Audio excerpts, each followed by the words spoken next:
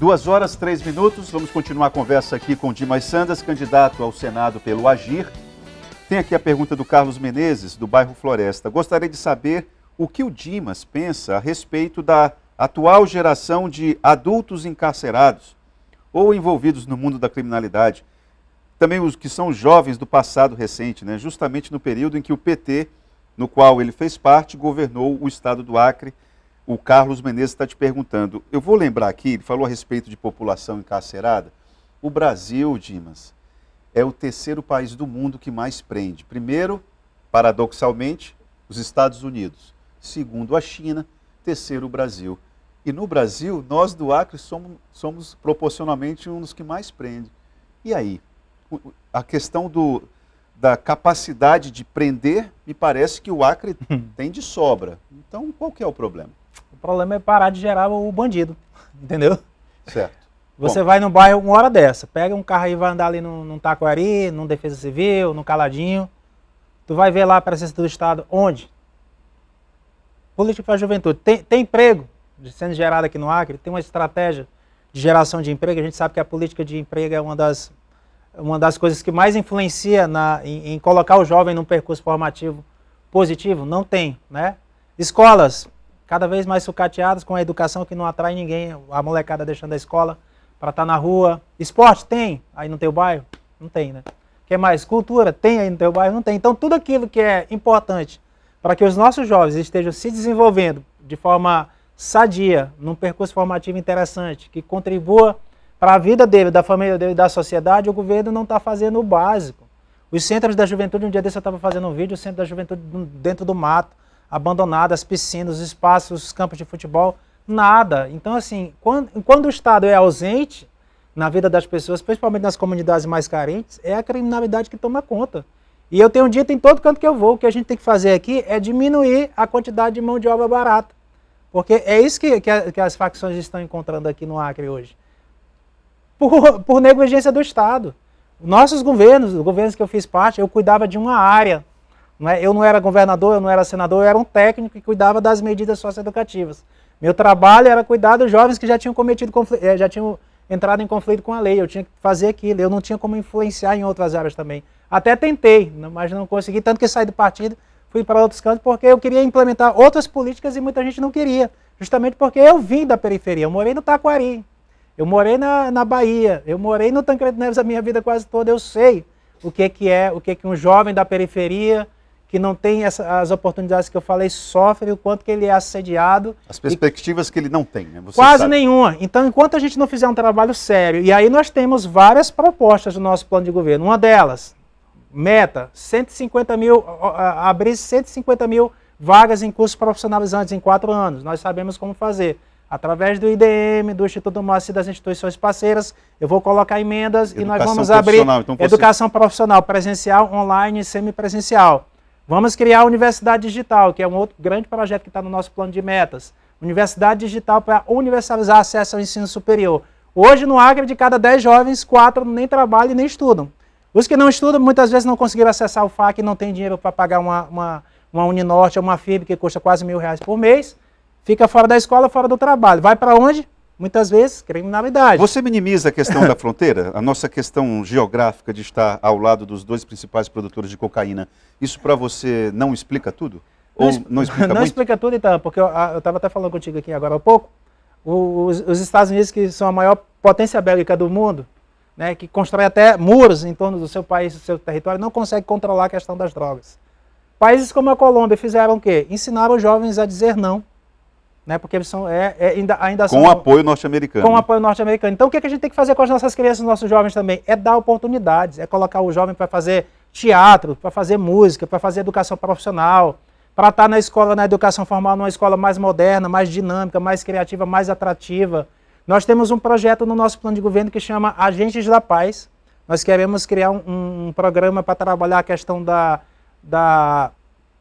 mediação de conflitos, da inteligência emocional, da prevenção ao uso abusivo de droga nas comunidades, para trabalhar com a questão da gravidez na adolescência, educação ambiental. Um projeto que eu já fiz parte, chamava Agente Jovem, e que infelizmente foi abandonado. Olha só a impressão da comunidade. Só para finalizar, então, a meta são 1.000 jovens e nós vamos ter uma bolsa de pelo menos R$1.000 para jovens no estado todinho, porque a gente quer aumentar a presença do Estado nas comunidades para promover essas várias atividades. A sua possível intervenção como senador, um possível senador, não é com essa meta. Você vai trabalhar, porque você não é executivo. Vamos botar recurso. A gente tem 60 milhões lá para ajudar o governador David, que está aqui, a implementar essas políticas. Agora, no entanto, nós temos um projeto coletivo, onde o senador ele é fundamental para fazer acontecer. Olha só o que a impressão da comunidade está apontando aqui. Sou o Aguinaldo Silva, boa tarde. Eu só sei que todos falam, mas quando ganham, esquece da população. Gladson não fez mais por causa da pandemia. Só falam do Gladson. E aí eu já aproveito essa intervenção do seu Aguinaldo para te perguntar o seguinte, a respeito, essa percepção é muito comum. As pessoas, quem defende Gladson Cameli, fala, olha, ele não fez mais por causa da pandemia, e mesmo durante a pandemia, a gestão em saúde foi muito boa. Ele conseguiu emplacar essa ideia. Você concorda? Você discorda? O que você tem a dizer? A pergunta que eu faço é para você que está me assistindo. Você acha que a saúde do Acre está muito boa? Filas intermináveis, de 2, 3, 4 anos, falta de remédio, falta de médicos, caos na secretaria, na gestão a gente vê a confusão, crianças morrendo por falta de equipamentos, de um cuidado mínimo. Prédio não resolve a saúde, melhora um pouquinho. O que melhora a saúde é comprometimento, é melhorar o salário dos médicos, que está no nosso plano de governo, para a gente fixar os especialistas aqui. A gente tinha um problema na formação, hoje a gente não tem mais. A UFAC está formando aí 40 médicos a cada 8 anos, 6, 7 anos. E boa os médicos parte não fica aqui. Não ficam aqui porque os caras estão pagando um salário ruim. Né? E por que pagam um salário ruim? Porque o Estado não tem dinheiro. Por que o Estado não tem dinheiro? Porque o Estado não produz e não vende nada para arrecadar mais ICMS, impostos através do crescimento econômico. É por isso que a gente fala que a economia é a espinha dorsal. Se a economia melhorar, o Estado vai arrecadar mais, nós vamos melhorar o salário de médicos, fixar os especialistas aqui também, melhorar a forma de contratar servidores também, que eu acho que é muito ruim. Vem muita gente que não deveria estar na saúde, que deveria estar cuidando nem de animal, né? Porque os animais também não merecem ser tratados de forma desrespeitosa. Né? Então é um negócio. Então são dois gargalos: é melhorar a fixação dos médicos. Nós vamos continuar investindo em equipamento. Eu vou ajudar no Senado também na articulação com os ministérios. E as prefeituras, Dimas? E as prefeituras falando também, a respeito né? de questão de saúde, você como um possível senador, como é que você trabalharia essa questão, essa ideia de fortalecimento das políticas nas prefeituras? Saúde, especificamente. O senador pode fazer muito, então, pelas prefeituras, porque ele tem o contato com a presidência da República, ele está ali do lado dos ministérios, ali todo dia, não diria 24 horas, mas toda semana o cara está lá, tem acesso aos ministros. Então, eu acho que falta iniciativa dos nossos senadores. Cada um trabalha para uma coisa, um puxa para um lado, um puxa para o outro. Eu não estou criticando o Gladson aqui, eu falei aqui que o Gladson não fez mais no governo porque ele não sabia o que ele tinha que fazer. Né? Chegou no governo de forma muito rápida, não estava preparado para ser governador, na minha opinião, não tinha um projeto de desenvolvimento para o Estado como nós temos no Agir, como o meu candidato a governador David Hall tem. E aí os senadores, cada um caminha por um lado. Né? Se você tem um líder forte, um líder com visão, um líder que sabe onde quer chegar, que coloca o governo no eixo, que aponta as metas, que mobiliza os deputados federais, os senadores, dizendo, olha, para cá que a gente tem que ir, que convence a população que esse é o caminho correto.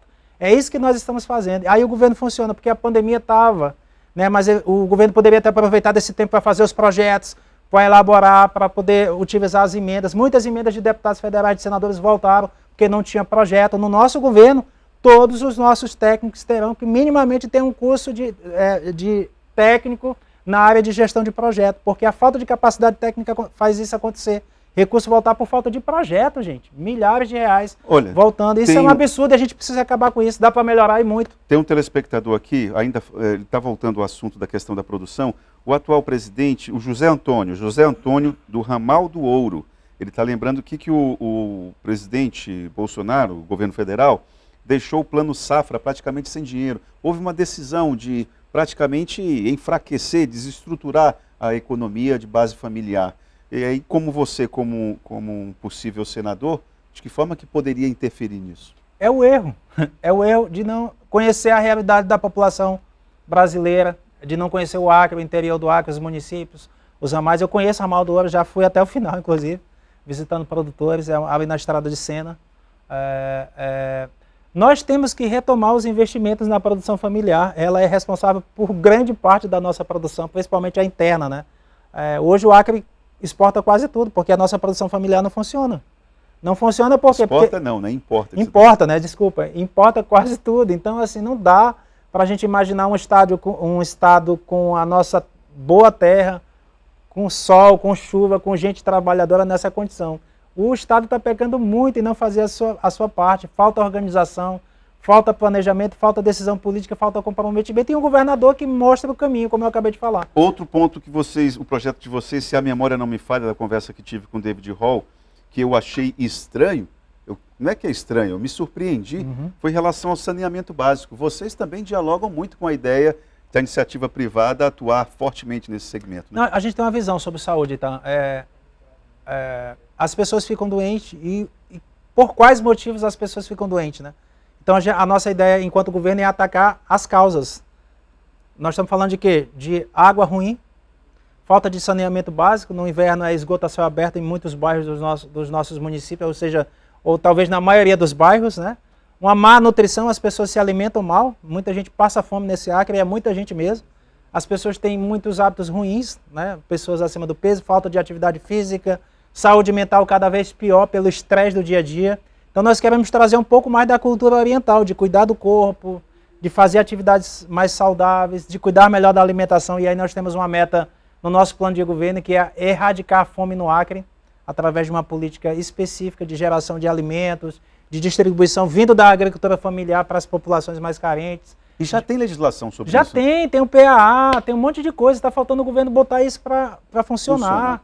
Por quê? Porque tem que botar secretário capacitado nas secretarias. Aí o pessoal fala assim, mas como é que vocês do Agir vão cuidar do Estado se vocês não têm vocês não têm quadros? De cara, os melhores técnicos, as pessoas mais capacitadas que nós temos no Acre hoje... Já são servidores. Já são servidores, as pessoas que nós vamos reconhecer o esforço, a dedicação e a qualidade. Eu tenho certeza que elas vão fazer melhor do que muitos políticos que são indicados, que às vezes o cara vem que nem um ET, chega na secretaria, não sabe o que vai fazer, não conhece o Estado, não conhece nada e faz um monte de besteira. E aí erra, perde tempo, falta de planejamento, de organização e o tempo vai passando e o Acre vai ficando nessa condição difícil. Isso tem que mudar. Para mudar, gente, estou aqui humildemente pedindo seu voto.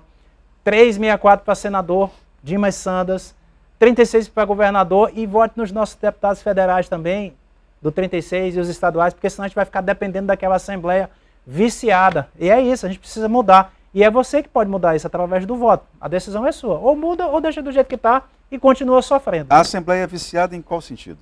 Viciada nesse toma lá da cá. Né? Eu quero botar o meu irmão, o meu primo, a minha mulher, o meu não sei o quê, porque é meu parente, para trazer o máximo de recurso público para o seio da família. É ou não é assim que você que está aí me vendo vê acontecer no dia a dia? É. Então a gente quer acabar com isso. Se a gente se alicerçar no servidor público de carreira, potencializando esses servidores, valorizando esses servidores, a gente vai sair um pouco disso. Vamos dialogar com a política? Vamos, mas não toma lá da cá.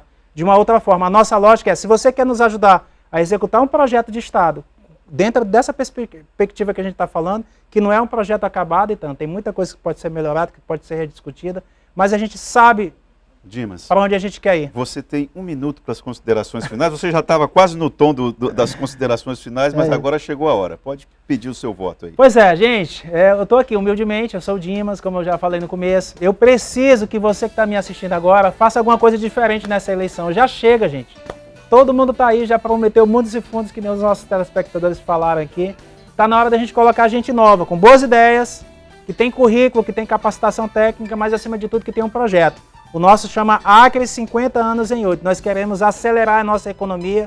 Se isso acontecer, a gente vai gerar mais emprego na agroindústria, vai fomentar o comércio, o Estado vai arrecadar mais, arrecadando mais a gente pode investir em segurança, educação, em cultura, em todas as políticas que são precisas para que você tenha uma vida melhor. Esse é o meu comprometimento. Dia 2 de outubro, vote 364 para senador, 36 para governador, 36 para deputado estadual e federal. E obrigado, então, mais uma vez. Muito obrigado, Dimas. Boa sorte. Valeu, TV Gazeta.